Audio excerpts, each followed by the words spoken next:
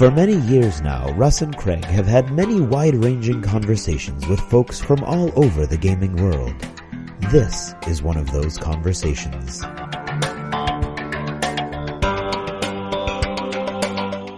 D6G, the Lost Chapter.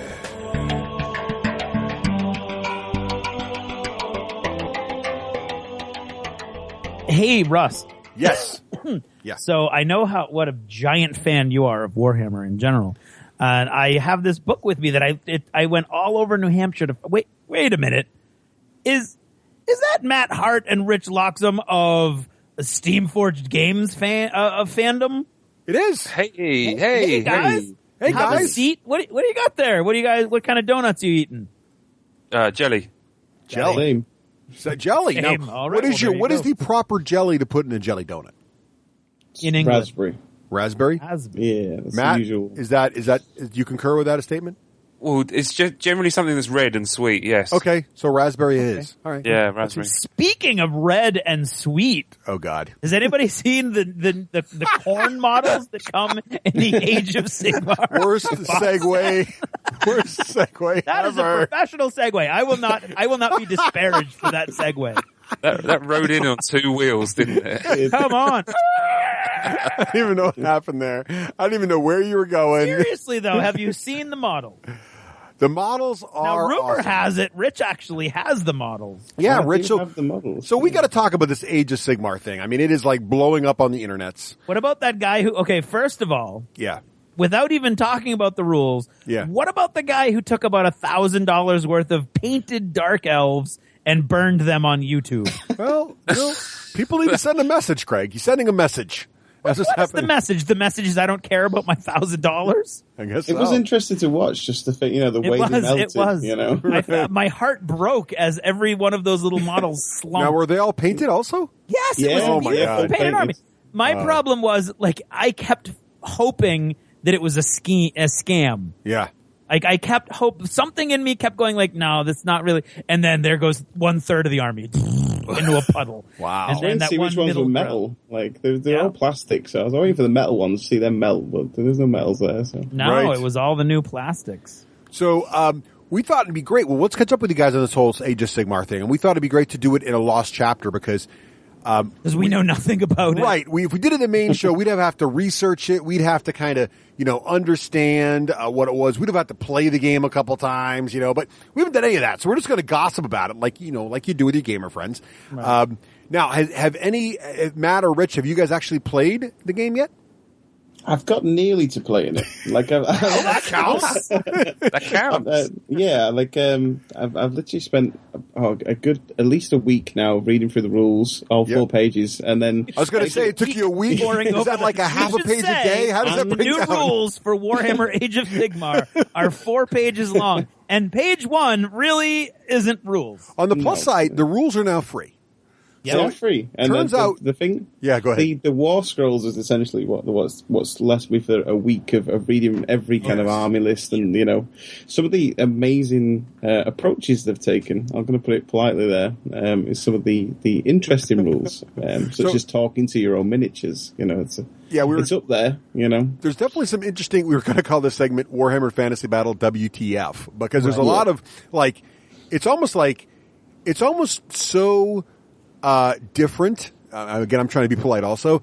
It's so different that it's like, well, it must be brilliant if it's this different. I mean, if it's this crazy, there's Crazy like a fox. Exactly. We're missing something because it's just so insanely crazy that it must be fantastic. For listeners who have no idea what's going on, we should Right. say that Warhammer Fantasy, of course, is the go-to experience for fantasy miniature wargaming for 25 years. Yes. It established Games Workshop. It established the hobby. Anyone who says different is in denial. It's gone through 8 editions. That was their basically their business plan was every 2 or 3 years. It looks like slightly longer in a couple stretches. They would completely revise.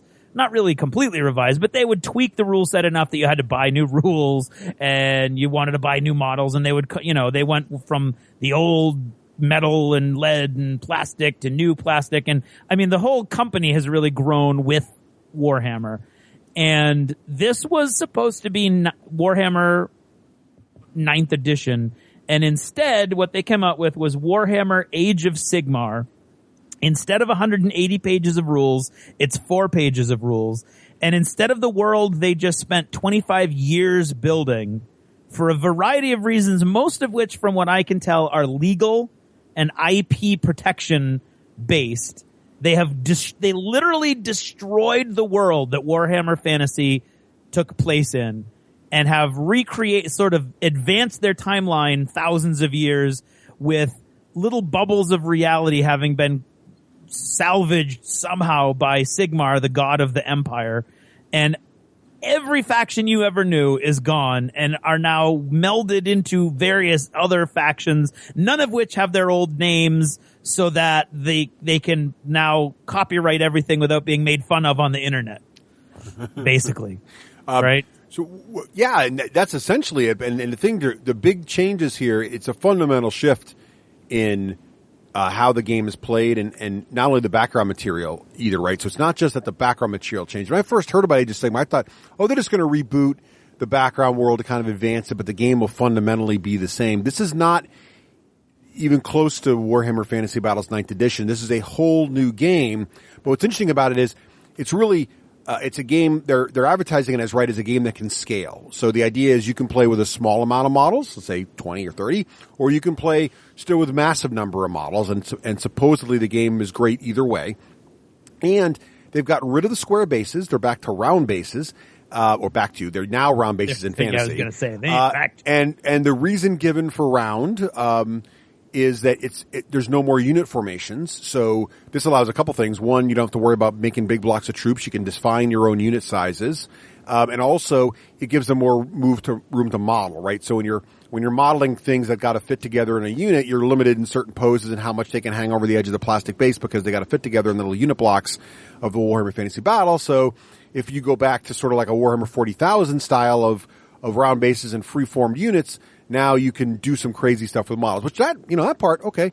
And I think they're making it skirmish is sort of, I guess the company line is, well, hey, look, the universe has changed. People are looking for skirmish games now. No one wants to paint a 50 Skaven for one block unit, kind of thing. So that is it as well.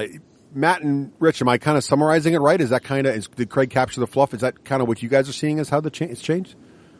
Yeah, pretty much. Like it's, I think that there's a definite focus for GW on this IP to approach the kids at the shop that turn up and, they've got, I've got this nice hero model and I've got this, a few troops here and this tank or whatever it is, I think they've approached that method so you can actually put that stuff down in the shop with the new system and play it, and they're trying to say, look, it's, it doesn't matter if it's balanced and you can kind of play and enjoy the game. So I think they've definitely kind of took an IP that was, heavily kind of been pulled apart. I mean, at the end of the day, like, Warhammer's been kind of a figure on the tournament scene for a long time, but the game was never made as a tournament game. It's kind of been iterations of people editing and comping it for years. So I think they've decided just to scrap all that and focus on having fun, really. Well, I think, as an IP. I think that's right, because Games Workshop has always said, so as someone who used to play competitive Games Workshop games and go to tournaments, in the late 90s and early 2000s, and I played Warhammer Fantasy Battles and tournaments, at grand tournaments at GW and 40K, and one of the complaints we always had was, hey, GW, why don't you lock down your rules and come up with really solid FAQs and keep this stuff up to date for us tournament players? And GW always responded, well, it's great that you guys like to play these tournament games, but that's not really our company's angle. We make fun games with beer and pretzel stuff, and if you want to make tournament rules, great, but it's not intended for this level of in-depth rules. And they've kind of, I feel like with Age of Sigmar, they've doubled down on that position. It's kind of like, absolutely, what? I mean, not only do we not feel like we should be, really worrying about making a hyper-competitive list and really balanced tournament lists, we're going so far as to say that's not the way you should play our games. There's not even a balancing Not only mechanic. that, you can't play it like that anymore. Yeah, so for example, Rich, you gave the example of kids can walk into a shop and I've got, a steam tank, and a guy on a griffin and 2 guys on foot. I can throw that on the board and play it legally because there is really no army list composition balance rules at all. It's just bring whatever you want and put them on the table and start. And when you stop deploying, you're ready to play. And Right? I think GW have been really clever here, though. Right? This is the thing is that GW have looked at the marketplace. They've identified a customer type that they want to target that no one else is looking for, and that's that really kind of, teens aged, like from 11, 12, 13, 14-year-olds come in, and when you're 11 or 12, all you want to do is throw down every single model that you own, put it on the table, and you want to roll a load of dice and have a load of fun with your friends. You don't necessarily want a tournament strength game that involves a lot of hard crunch and math and working everything out. You just want to, just have fun. And GW have kind of said, well, PP aren't aiming for this, Weird aren't aiming for this. No one's actually aiming for this market. And they've already got like the drop-in daycare center model. I don't know what it's like in the States, but in the UK it's, parents go into the town, there's a GW in there, you drop your kids off there for a couple of hours, you go off and go shopping, have your coffee in Starbucks, come back, pick your kids up, spend 30 quid on a box of models, and it's pretty much a fair deal, for the free daycare that you got. So, I don't know, I think GW have been clever, to be honest with you. I agree. Could be. So I get what you're saying, and I understand that.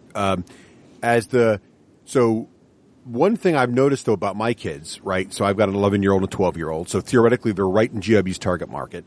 My oldest daughter loves miniature gaming. They both like games a lot, but they do both not enjoy games, and maybe this is because they're dead. I don't know. Could be my fault. Neither of them really enjoy games with a lot of luck.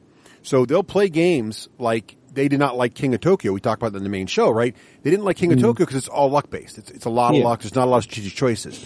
And one of the reasons my oldest daughter likes War Machine because she likes the framework, she likes the rules, she likes the fact that when she fights someone and she can go to the game store and play other kids, she's going to have a fair fight. And it's really going to be a tactical experience. I mean, I know this sounds really like, well, you're saying that because you're an ancient gamer, but this is my 11-year-old daughter going to the store saying these things to me. So I wonder if one of the things that I always thought captured was great about Warhammer Fantasy and Warhammer 40K was you could start kids off with a few models. You could make up some house rules to just make it work on the table and make it very loosey-goosey. But as the kids got older and really dug into the rules and dug into the armies, there was a whole life, of depth of tactics and depth of strategy you could get into. I wonder if Age of Sigmar really has that depth, or if eventually you're going to move on to another game that has a depth and thanks GW for teaching me about models and hobby gaming, but now I'm going to move on to the game system that actually has a rule set that I can get strategic we're behind. Yeah, it's the world's biggest gateway game now. Yeah. I think that might be the issue they've got. Like, I think the way they modeled it is of, 10 years ago of how people got into the game, 10, 15 years ago. And I think although they've kind of stuck to their core and there's definitely a market there, the step up to, 40K is that kind of, talk maybe, but it doesn't feel like that they've hit that yet. And I've spent quite a lot of time, like I said, a week, I was joking before for the rulebook, but I have spent quite a lot of time reading the War Scrolls and seeing what people have been doing with the tournament side and the comp and trying to, fit this or make it fit into a tournament game, and really it's not there. Like, there's a lot of broken stuff in the game that just blows the game up when you start playing it competitively. Oh yeah, there's no like a couple things just to give you guys ideas about how this works. I wanted to give a couple shout outs to some sources here for the limited research I've been doing. So I did read an article on nerdhammer.net, which had a great review of the game. I also read an article on I listened to Nerds of the North podcast. They just did a big reviewed the game and played a bunch of times with it. And they were talking about some of the mechanics, like, for example, so you mentioned the War Scrolls, Rich, right? And so the War Scrolls are really so what's cool about this, one thing I applaud GW for, A, the rules are free online, so I can go read about them. B, the War Scrolls are also free, and when you go pick a new model, the War Scrolls for that model come with it, right? So it's kind of like the Malifaux War Machine model, business model now, where if I buy a model, I get the rules. So that's cool. I like that. I think it's a long time coming. Well done, GW. And the War Scrolls, the ones that are published now, are the ways you can use your legacy models in the new system, right? So there's like a War Scroll for all the Lizardmen, and there's a War Scroll for Wood Elves, right? And so that's basically what they are. There's even War Scrolls for terrain. So if you want advanced terrain rules, you can bring out the War Scroll, right? And have really crazy terrain in the game. But one of the things, like in some of the War Scrolls, some of the chariots have impact attacks. In other War Scrolls, some chariots don't have impact attacks. Yeah. Now, in Warhammer Fantasy Battles 8th edition, that's not a problem because the ones with impact attacks are more points than the ones without impact attacks.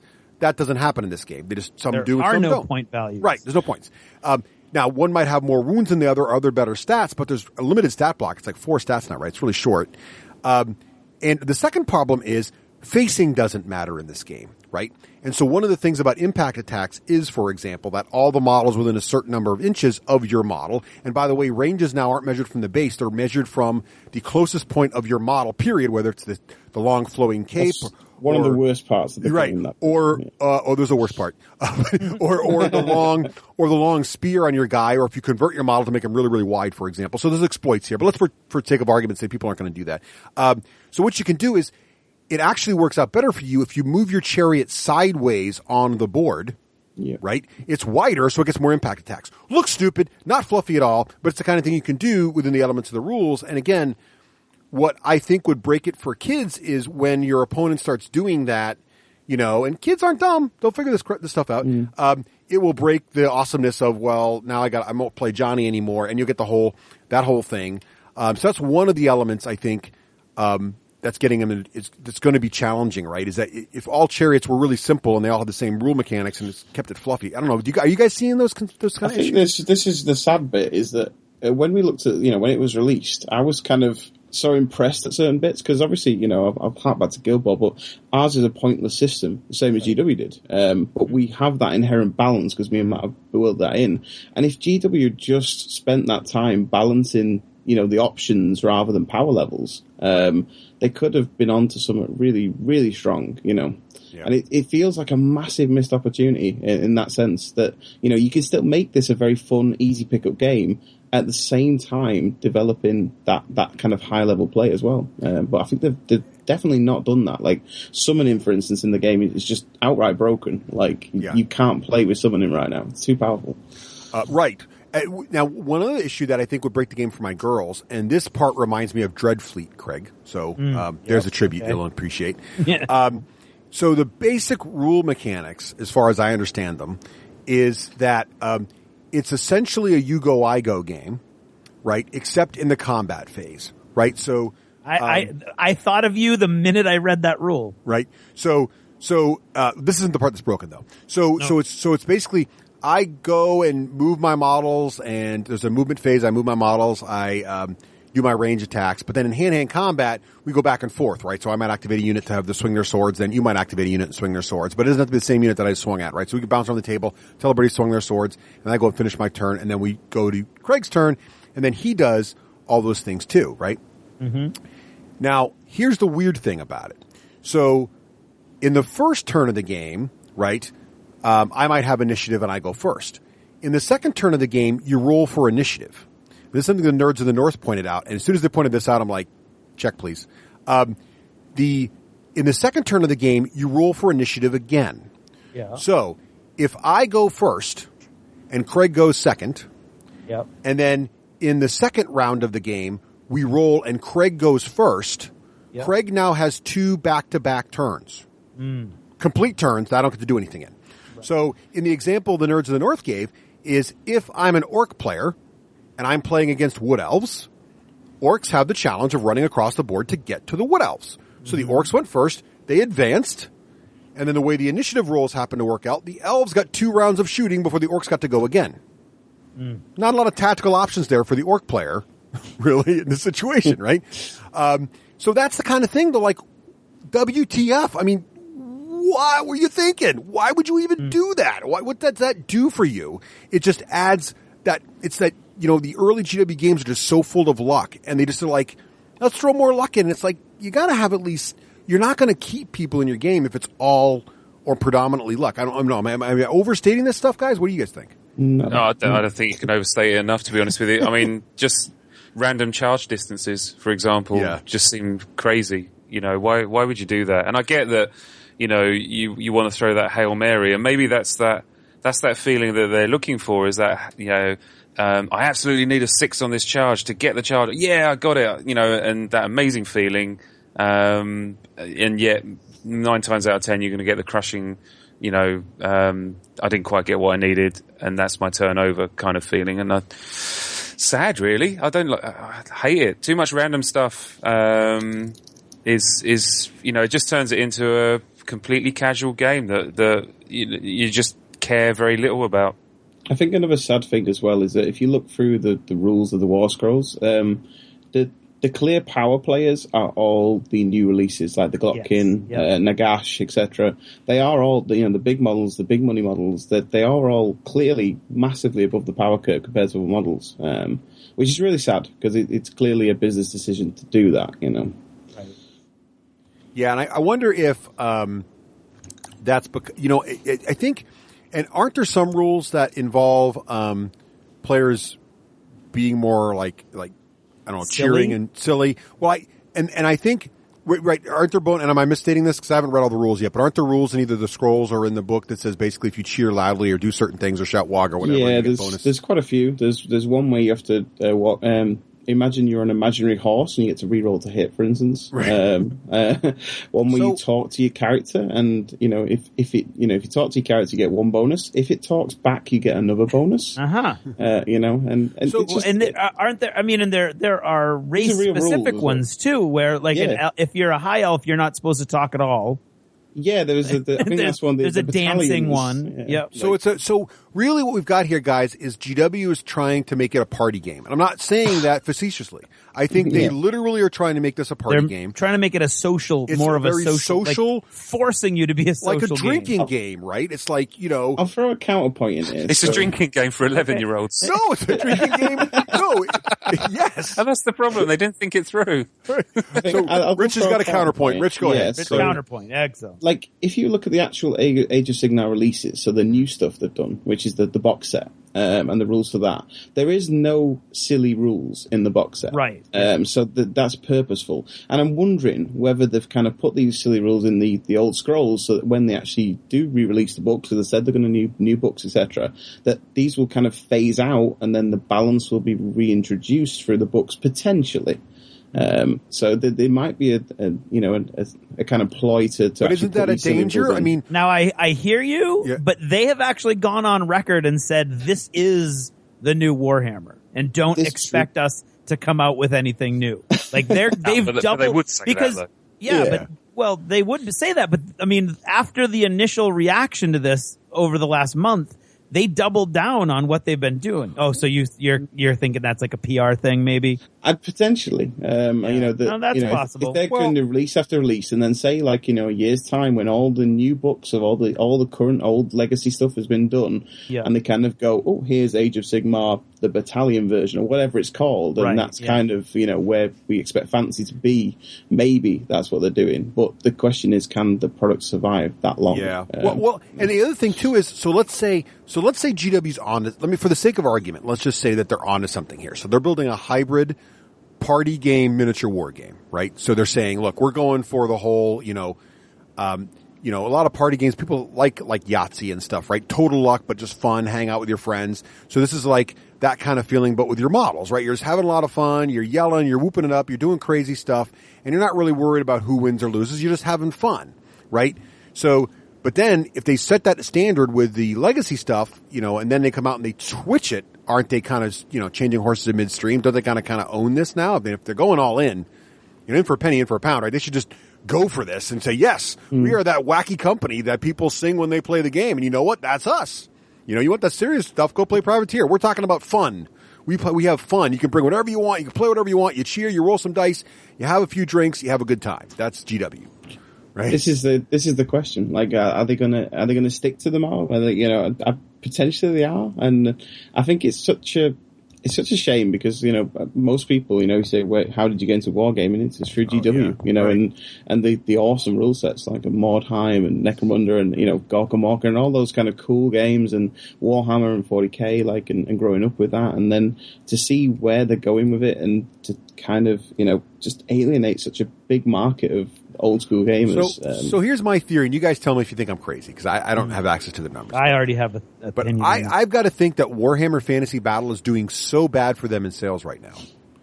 So bad. It's like just tanked.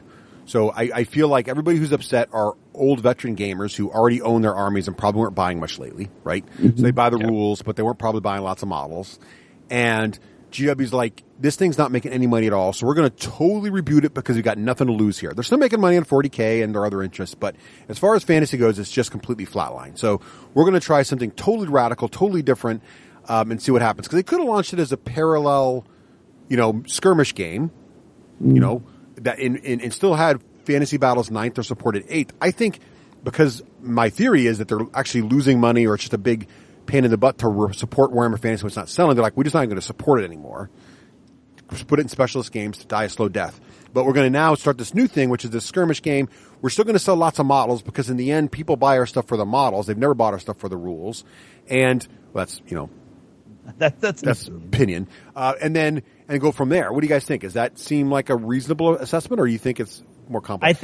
I think that's more reasonable. That there's a vocal minority online now who's very conspiracy theory-esque, who's taking your kind of take on it and then extending it to what I would assume would be a ridiculous level for any company that wants to make money, and saying that they're planning this whole thing specifically to fail so that a couple of years from now they can say, we did our best, we're getting rid of the whole thing, and trashing the whole thing. Well, they've already trashed it. I mean, it's, No, I mean, get rid of it. Like, literally gone. Oh, well, yeah. Like, end Warhammer, like, which I can't imagine that they would spend all this money on plastics and stuff just kind of like as a loss leader to get rid of it. But I do think... Go on, Craig. No, you go ahead. Well, I was just going to say, like, an interesting analogy could be, it's a bit like trying to give up smoking, right? Yeah. You have to just stop smoking.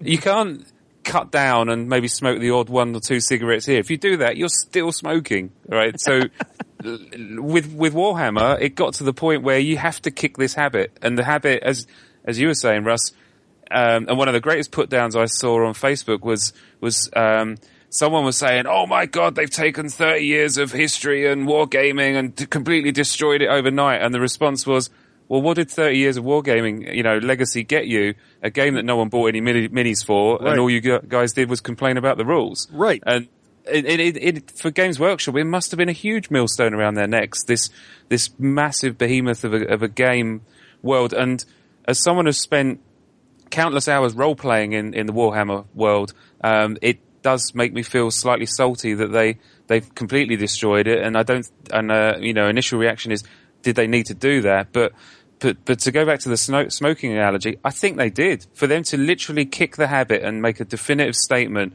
this is now the end of that. That is now in the past. That's in the history of Games Workshop. And we're glad that you all enjoyed that. But this is now the future, and this is what we're going to support, and we're going all in on it. I think they had to do it. Yeah, and I think you're right. I think they're looking at, when companies, I don't want to say get in financial trouble, but when companies start looking at how they can improve, one of the things they examine is their core competencies. And they say, what are we really, really good at? Let's do that better than anyone else. And what we're not good at, let's not put a lot of energy into it. And I think GW looked at themselves and said, you know what? We could not write a set of tournament rules to save our life. We've tried for years with 40K. We tried for years with fantasy. That's not our strong suit. You know what we do? We make plastic models better than anywhere else on the planet. We simply have the best sculptors. We have the best technology. We really make great models, and people buy our games for the models. So let's stop trying to make insanely awesome rules. Let's just make some adequate rules to get our models on the board, to make the game fun to play, and let's just make really fantastic models. Mm-hmm. I mean, I kind of feel like that's where they went. Yeah, why not? I mean, and you guys have all played role-playing games. Like a classic GM's tactic is hang an idea out there and see what the party come up with, see what the players come up with. So maybe they're hanging something out there that is quite light. It's only 4 pages. See what the community comes up with. Rich was saying he's trying to come up with, comps for competitive play, and good luck with that. and see, yeah, well, but the community is a huge crowdsourcing fund of ideas and creativity. So maybe they're going to see what people come up with and basically steal it in a nice way. I think also them throwing they've ever done that before. Well, I think GW putting the rules out for free is also a good example of their mind shift, right? Where they're kind of saying, yes, the rules are now for the community almost. Here they are. right? We're no longer protecting them in our ancient way of doing that, right? And now we're just saying we're going to make the awesome models. And I think that's where I think really in the end that's where they're heading. That's kind of they've definitely moved towards that kind of toolbox idea for their rule sets with 40k and fantasy. The fact you can do what you want with our system, and here's some nice models. So I absolutely agree with that. Yeah. And as a company, from a corporate point of view, it's the same with Steamforged. We make most of our revenue from models, not from the rule book. Right. So maybe what they're doing, what you're saying, they're doubling down on the thing that they're good at and the thing that generates the most revenue for them. And after all, they are a business, and they're here to make profit for their shareholders. So. Now, having said that, the new models have a distinctly different aesthetic to them.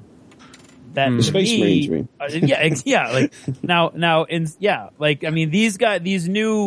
These new the Stormcast Eternal Heralds of Sigmar, they don't fit into any previous army. They're not like, they're the new version of the Empire. It's a whole new world. Basically, fantasy Terminators. It's an entire army of guys on 40mm bases it goes so far as they don't have like thunder hammers; they have lightning hammers. Man. I mean, do you think there was a meeting where they had an agency come in and the guy put down his chai mocha chi latte, took a stroke of his beard and went, "Do you know what? 40k sells so well. Let's just make them Space Marines." No, I'll tell you what. Ones. No, you know what this is? This is we need an army that's easy to paint for beginners. Yeah. So the space. Well, there's that, but you could still have done fantasy stuff. This is. These guys are a dry brush away. They're like Space Marines. But knights in plate mail of a dry brush. That's true. But or skeletons. There's if that was your ultimate goal, there's any number of ways you could do that and stay with fantasy. Yeah. These are not fantasy models. These are like one minor tweak away from I've got a cool new all Terminator army for my 40k. I mean, how many people have bought the box set just to convert into Space Marines? Loads of people. Exactly. To use it or to use the Chaos guys for Chaos Space. There's your cool new Khorne Berserker army right there. Yeah, pretty much. Right down to you've got like the new, I can't remember what he's called, the new Dreadnought. Maybe that's the plan. Right? The new Chaos Dreadnought. That thing right there is another one of those. So they're taking. But doesn't that go back to that gateway thing where we'll hook them in and then, you're playing this game. If you want to go more depth. Or it could go back to what Russ is saying about the models and saying like, okay, well, if the 40k guys are the guys buying our models, then we're going to make these models look cool for 40k. It's a page out of the Mantic playbook for themselves. They're going to make models in the dead game. Let's see. People have been doing this to us for about 4 years now. Let's do it to ourselves. Well, Mantic's got to be dancing a little jig because now they're the only guys with blocks. Somebody leaked something. There is no way that this could be an accident that Mantic comes out with Kings of War 2, which is their take on, aesthetically anyway, Warhammer Fantasy Battles, the same month that Warhammer Fantasy dies this death. Right? Do you know the history of Mantic? I do. Yeah. Basically, why don't you give us the? No, I don't want to. I'm not going to do it. Don't let him. So let me ask you this. So we're kind of picking on a little bit here, but Rich, I can tell if you're going to put time into trying to build a comp system, and you're going to and you've been really spent over a week. One of the things for me, right? So I'm the weird miniature war gamer in that. For me, the rules must attract me equally well as the models. I know a lot of people are not like that. They collect the models first, and if the game's okay, they'll play it. So one of the reasons, when I read a rule set, one of the reasons I like to see rules early, whether it's a board game or a miniature game, I'll read the rules and I'm like, oh my God, this game looks great. Oh wow, the models are great too. I am all in. And that's, not to pat you guys in the back, but Guild Ball, I love reading the books. A, it's cool. B, it's got great rules. And I'm like, oh my God, I could totally imagine this game being awesome on the table. So when I looked at those 4 pages of Warhammer Age of Sigmar, all I could think was, hole. This is not the kind of game for me, right? I'm not going to like this. So I'm not going to go after it. I got enough other miniature skirmish games. And to Craig's point, it's starting to look a lot more sci-fi-y, which I thought was the distinguishing thing for Warhammer. So if I want a sci-fi fantasy themed miniature skirmish game that actually's got solid rules, I'm going to play War Machine. Period. Yeah. But Rich, what's attracting to you to the game? I don't want to disparage you this whole time. So you sound like you're a little bit positive about it. What is making you say, I'm going to put my spare time into trying to make this a balanced, fun game? I think one of the things is that, and Matt said, is that our roles as game designers, we have a duty to look at what's happening, and regardless of what people think, GW are still the market leaders in the industry. They're number one. So it would be neglectful if we didn't look at a new system and properly analyze why they've done things and try and work that puzzle out. And I love working puzzles out, and try and make a system or see what they could have done with a system. And I think, like I said, there's some great things they've done in this release. Like, for instance, the no point system. Me and Matt are big advocates of that. The way the comp can be, options. And I think part of the reason in me is just wanting to find out the puzzle pieces and see if it is possible to turn this system into something that can be a great system, and unfortunately I'm struggling to do that. And a lot of, I've looked at some of the comps people have done, and they either end up restricting too far and then it becomes a very mundane kind of dice rolling game, or you kind of leave it too open and it just isn't fair. And I don't know, like I said, I don't know if they'll ever get to the point where it is that, or it should ever be that, but the puzzle itself of working out, what you can do and what you can't do is actually the fun bit for me. All right. Cool. Well, any other final thoughts here on Age of Sigmar? I mean, I think we covered all the basics in terms of what we think about it. Is the outrage justified? I think it is and it isn't. I think there's a fair point about people taking a love system and getting rid of it. But as Matt said, I think it needed to happen. I don't know if the Age of Sigmar is the answer. But I think they definitely need to do something. Yeah. All right. Yeah, I mean, for me, I think Rich sums it up quite nicely. I think they had to do it. I'm slightly sad about several things, but I'm also quite interested to see how it pans out. I think this might prove out to be a very similar set of circumstances to when Nintendo announced the Wii, which was essentially an overclocked GameCube with a unique way of playing games. And that went on to strength, and they deliberately chose not to go head to head with PlayStation or Xbox, and carved their own place in the world out. And I can see that being potentially what they've done here. Yeah, I agree. I would give them credit for trying a bold move. It's definitely a bold move, and I think it's an interesting one. And I think you guys are both, from a business point of view and as someone who's in the industry, I think you're, and someone who watches the industry like myself and Craig, I think it's fascinating to try to analyze it and not immediately assume that they're just crazy, that there's actually some, as Craig mentioned earlier, crazy like a Fox thing happening here. And I think it's a really interesting move. And you're right. It could be, a Wii or it could be a Dreamcast, right? So we don't know yet. The Dreamcast was good to start off with. It was a good system. Didn't go very far, but you're right. Craig, what do you think about this? Is the outrage justified? I was intrigued when I first heard about it. I ran all over New Hampshire trying to get, for whatever reason, I didn't want to do the PDF. I wanted the copy of the White Dwarf that had the model with it. Mm-hmm. So I finally found one. There were 2 stores in all of New Hampshire that had any, because in standard GW fashion, they were shorting all the local stores. When it became obvious there was going to be demand for the White Dwarf because it had the model that was attached to it. So I went all over southern New Hampshire. I finally found, I literally got the last one at the comic store in Nashua. And I think I'm emotionally traumatized by what they did with the Warhammer world. And what does this do to Warhammer Fantasy Battle Warhammer roleplay? You know what I mean? It's a different time. The thing they have is you can play different eras now, right? So you can be before the Age of Sigmar.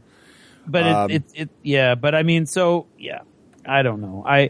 When I was reading the rules, when I saw that the hand-to-hand combat happens every turn, so your guys are going to be, when they're in hand-to-hand combat, they're going to be doing, twice as much damage as a shooting guy. Mm-hmm. I know that was always one of your big problems, right? The whole no point value thing, to me, although it could be a neat thing and a new thing, I don't know how you do a tournament for that. The whole way that they're dealing with, if you are outnumbered more than 3-1, you get to choose a sudden death mission that you can take, and if you can do it, you automatically win the game. It's you can massively choose. broken. Sudden death is completely broken. Oh, it's like, I mean, your options are assassinate. The enemy player picks a unit with the hero, wizard, priest, or monster keyword, and then you have to slay that unit to win. Well, that's the game balance of model count, right? So if I go Right, and that's what it is. decide to go to 10 Yeah. models, 100 models bigger than you, then my opponent now has the advantage of choosing his thing. But I also wonder, I think is that wound count or model count? Because if it's model count, It's model count. That's the problem. yeah. So I can create a constantly. couple of really high powered, high wound things like greater demons or Block-in, etc. monsters or whatever. Yet I am outnumbered by you, so because you took all infantry Skaven, so I got the advantage for mission. Now, the interesting thing is there's such an easy fix because there's no such thing as a one wound guy anymore. Right. Well, all these guys have multiple wounds to reflect their power level. So you could use a wound count instead of a model count and do all fix a lot of this. Yeah, but people are A trying lot of the that too. compers have been doing that. That's exactly what they've been Yeah, a doing. lot of the complex are doing that. I heard that too on Nerds of the North, but the challenge there is you're still not factoring in the abilities, right? No, you're absolutely two not. chariots with equal wounds, one's got impact hits, one doesn't. Well, you can't fix that. To me, that's like you've got 8 different guys writing your battle scrolls. And I think this is exactly what's happening. Yeah, one of the things that maybe Matt, I think the thing that makes me a little sad is, so I've talked for a while now that I've been disenfranchised with 40K's rules for a while, and not to this extent, but I have always been very clear that I love the 40K universe, I love the 40K armies, and it really gets me excited to, whenever there's a new 40K product that's got rules by a company other than GW, like Forbidden Stars, I get all excited about it, or a new video game based on the GW 40K IP. Does destroying the Warhammer Fantasy world, does it damage them there? Aren't there people who love, like, I played Warhammer Online for some time because I love the background, I know the orcs, I know, witch hunters, I knew all that, and so for me, I got attracted to that game because that universe existed. Are they in danger of really kind of destroying that legacy by doing this? Well, they are, but there's no current live IP out there that's reliant on that world. I mean, they closed all the servers down, didn't they? They for did, Warhammer yes. Online. Yeah. I mean and I think that kind of perhaps shows, that's the problem, right? The market sustainability of that IP, and it clearly is, loved by people who don't spend money on it, and fundamentally, you can't. It's That's not a problem, live right? forever. So I think that goes back to the statement I made earlier, which is maybe the situation here is Warhammer's making no money, so we got to do something radically different. And if that's the case, then maybe this is a smart move, or some variation on this could have been smart. It kind of, at a risk of kind of reopening parts of the conversation, it's that fundamental issue with large model count games that there's such a massive. I mean, we're not all Craig, right? We can't all paint a kabillion models in a weekend. I mean, it takes me. I don't know about a kabillion. Well, just kabillion. shy of a kabillion. Yeah. But do you know what I mean? Like, you want to put a new unit down, and even if it's like a unit of 30 models, that's a colossal amount of effort to paint those up. However easy Games Workshop models are, and I'm a huge fan of how easy they make their models to paint. Mm-hmm. And once you've painted that, it's a wrench to think, well, I'm going to have to do that again when the new unit comes out, and then tie that in with the steadily rising cost that they've been attributing to models. I mean, I remember really back in the day buying the old box of skeletons, and I think you got something like 30 skeletons, and it cost like £12 or something. And I mean, that was a long, long time ago, but now a plastic model that's more than £1.50 a model, and you've got to suddenly have 200 and 300 models. That's just too much money and too much time to invest. So I'm not surprised that once you achieve a certain level where you can actually play the game with a painted army, you're probably fatigued. You don't want to buy anymore. Hey, here's a new release. We brought the new release out for this month. Buy another 30 models off of us, for 50 quid, 60 quid or whatever it is. So I don't know. I don't quite know where I'm going to make that point, but I think there's other things that they could have done, to reinvent Warhammer, but fundamentally, they've done what they've done, and it'd be interesting to see how it plays out. I would have rather seen a reimagining of a skirmish Mordheim type skirmish game. Yeah, using 100%. all their armies. If they had done that and actually put some time into the rules, I mean that comes out wrong, but yes, I can say that. If it's only 4 pages, if they put more time into the rules than 4 pages. And really thought about Mordheim and what made it work and kind of expanded a little bit and made a true skirmish game, go to round bases, whatever else you want, advance the timeline, whatever you need to do, but really thought about it as a really true tactical skirmish game. I think they'd have had a potential winner here. Absolutely. Even with some tweaks. Or the other option is go. I mean, they could have gone down with the mass combat game. Right. Look at what it is that prohibits people from wanting to play mass model games. And, I've seen at Warhammer tournaments people who've created these awesome centerpiece kind of structures, a bit like the Guild Ball goals. Right. It's like a modeling opportunity. It basically is designed just to fill out the movement tray. I did that one. Yeah. They could have really embraced that and then brought out a new unit that was basically one cool centerpiece and then 10 models that you just put around the edges of it. Right. And scale the game up. So instead of, and this is the whole problem with like the macro level of detail and the micro level of detail they've got in terms of the fidelity of their rule set is rather than caring about individual models, scale it up so you're now treating a unit as an entity and then support that with the models that make it feel like just a single entity. Yeah. And they could have perhaps gone down that route. A little bit more like the epic kind of feel, Armageddon stuff. Yeah, exactly. But I agree. yeah, it's gonna be fun. So there you have it. Well, go ahead. Well, this will be fun to watch. I think we're going to have to just wait and see. And I'm interested in Rich, your analysis once you dig deep and see if you can find some of the gems there. But right now, I'll tell you the best thing about the game at the moment is the gold armor spray. If that is the best release they've done in Age of Sigmar. That thing is amazing, honestly. All right, I'll check that out. That's good. Well, great. Well, guys, thank you so much for joining us here in Dunkin' Donuts today and chatting with us here about Age of Sigmar. And we'll have you on the main show here in about a week to talk about the hotness that is, of course, Guild Ball. Guild Ball. Can't wait.